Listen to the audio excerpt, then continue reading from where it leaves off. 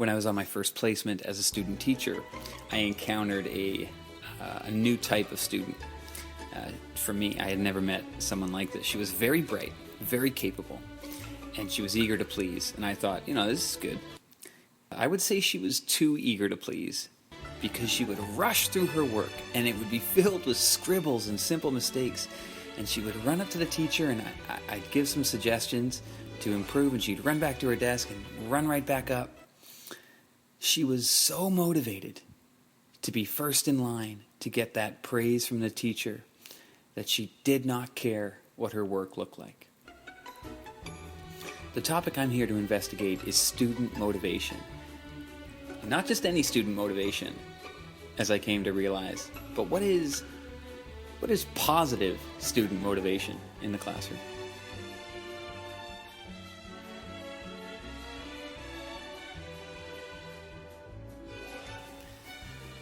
When you delve into the literature about motivational psychology, you find out pretty quickly that the community is settled on two sources.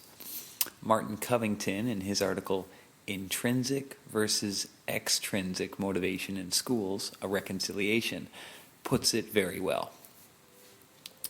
Over the past 50 years, two quite different kinds of reasons have emerged in the thinking of psychologists. Intrinsic and extrinsic reasons.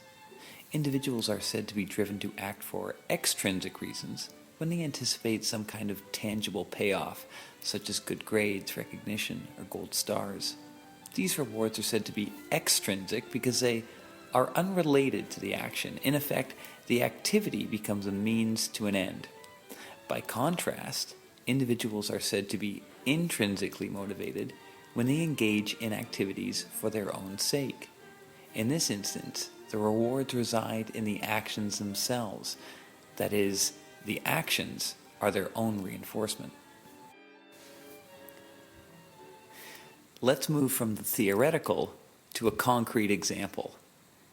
And we'll do that with a name that you cannot avoid when you start delving into motivational psychology, and that name is Edward Deci.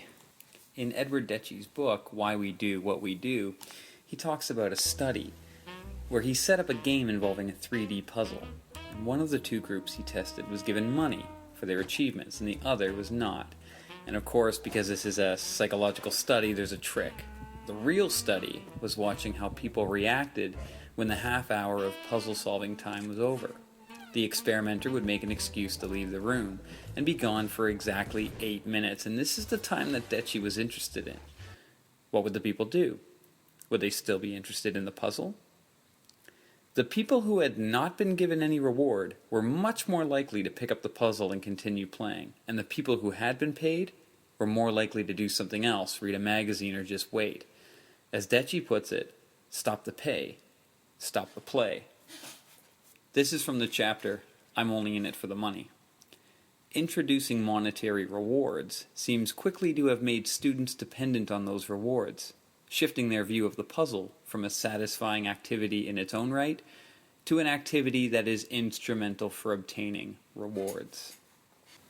Now, I love a good theory. I'm a real sucker for a well-worded abstract concept, and I was enjoying my exploration of motivational psychology in the classroom through the literature. And I did find that some of it was offering practical advice for the classroom. We found that students did not typically become disruptive when they were encouraged to talk with one another during lessons. That's from Alison Ryan and Helen Patrick's study of students in grade 8. It's a point that made a deep impact on me. Sometimes that whispering in the back of a class is a student explaining a concept to another student, and the teacher's instinct might be to shut down any noise. But in that case, isn't that the kind of motivated communication we ought to encourage? I mean, what's better than a student trying to help their peer understand the lesson by putting things in their own words? I think I'm biased because I know I did this all the time in class.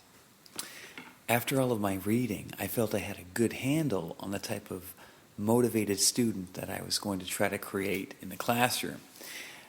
From Martin Covington's article, again, Intrinsic versus Extrinsic Motivation in Schools, A Reconciliation, he suggests 3 key strategies that also struck a chord with me.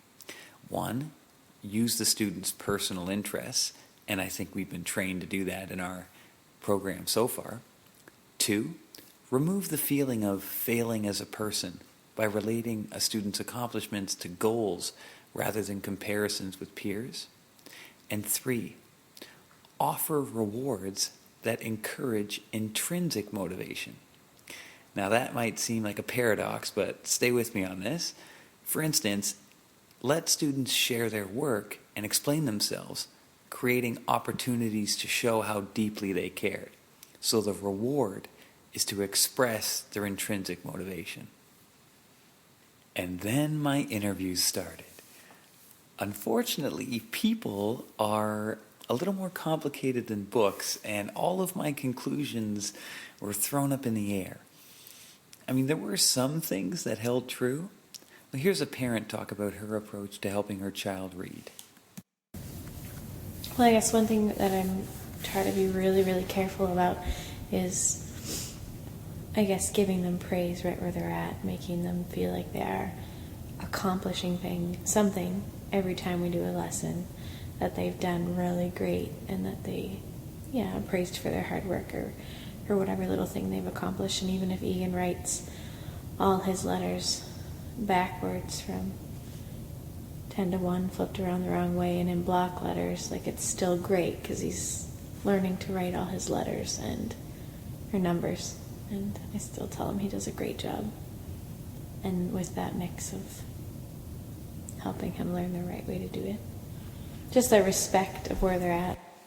I like the way she put that, and it's one of the conclusions that I felt I had reached. Stay positive and focus on the successes. I hated school. No motivation, no connection to real life.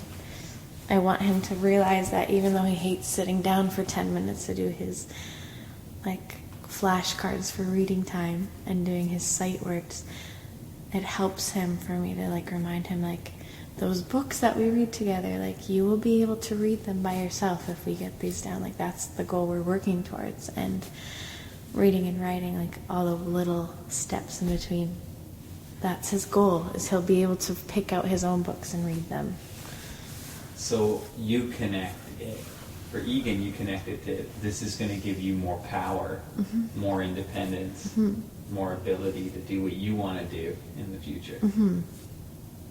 How does he react to that? He's excited about that. We see what he's hungry for and what he's excited about. Did you notice in that interview how I was trying to push a connection with independence? The other conclusion I had drawn, inspired by Deci, was the importance of autonomy. Give students the space to be in touch with their own curiosity and give them plenty of options to solve problems in their way. Now, the audio footage from my other interviews isn't audible, but let me summarize the pattern. We would talk about their habits of motivation, and at some point in the interview, I would try to make the connection, force the connection with positive motivation and autonomy. It was never that simple. I had people who appreciated being forced to do an activity because, in retrospect, they appreciated the skill that it gave them.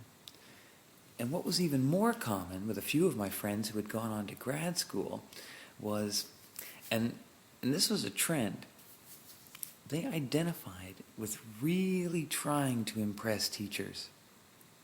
They really liked their teachers, and they wanted to be a special student in their eyes. It may have caused them a little embarrassment to admit this human desire to be accepted and praised by those we admire. They questioned if it was a healthy motivation, but the fact remains, they're lifelong learners, and the very motivation that I worried about at the beginning of this investigation was part of that. And that's where I'm at now. I recommend Deci's book, Why We Do What We Do. I think it's a breath of fresh air because he doesn't trap himself into talking about education. He's talking about the bigger picture, about fulfilling lives and self-esteem. And he makes a compelling case to respect our right to autonomy. On the other hand, isn't part of school to force students to experiment with things that they might not be inclined to try, To hell with their motivation. Force them to play different games and praise their successes? And I'm going to leave you with this as a reminder that different people are motivated by different things. Okay, dinner time. It's something that they don't want to eat because it has vegetables in it. If we want Fletcher to eat it, we'll talk about how old he is, and we'll say, okay, look, he's 3, so we'll start with 3 bites, and he'll eat it if Mommy sits next to him and helps him eat it, because he wants to be right by me. So that will be his, will you eat if I help you? Yeah. Okay, I'll help you. Egan. Wait, you could say to him, here is this cookie sitting on the table. If you eat it, you can Have this cookie. have the cookie as a reward. Fletcher won't eat it. He would choose to be like, Cookie. no, that's okay, I don't want it. I'm done, and he'll leave the table. There's no, he wouldn't try for that. So for the prize, no, but for the relationship stuff, Yes. for the approval, Yeah. he'll go the extra mile. Yeah. He'll go the extra broccoli. Yes. But Egan, if he doesn't want to eat something, if you put a cookie in front of Egan, he'll put anything in his mouth.